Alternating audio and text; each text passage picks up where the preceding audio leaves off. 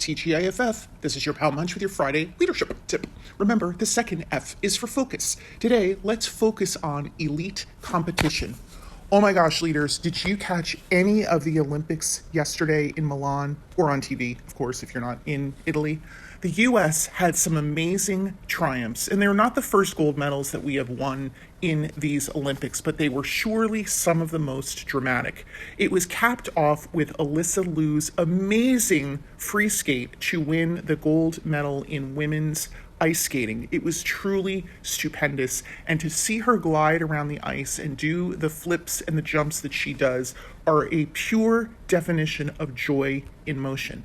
And earlier in the day, the U.S. women's hockey team came from behind for the first time in these Olympics to triumph over arch rival Canada in an overtime thrilling win, and the women's hockey team earned that gold medal. They had dominated the competition throughout the entire Olympics, and it was when they faced their regular foe, this elite competitor in Canada, that they truly had to summon their very best efforts, individually and as a team.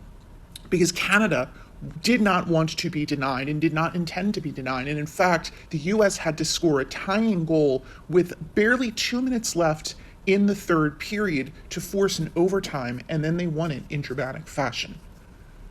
The reason that Alysa Liu and the U.S. women's hockey team triumphed was not because they were necessarily the most talented players, but it is because they sought to compete against elite rivals.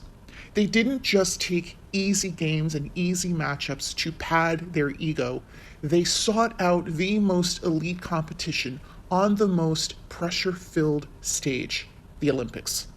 As leaders, what do you do to seek out your stiffest competition, your biggest rivals, and not just compare yourself to them, but pit yourself head to head so that you get better, so that when you do triumph, that victory is that much sweeter, and when you fall short, you actually make up in leaps and bounds gaps that you otherwise would have smoothed over and convinced yourself were not a big deal. Every time you select the top competitor in your market, in your industry, to go up against, it makes you better.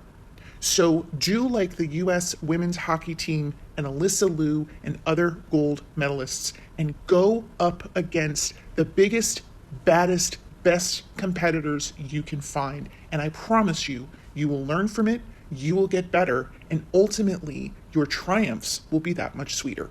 Hey, you have a great weekend, and I'll see you back here on Monday. Peace out.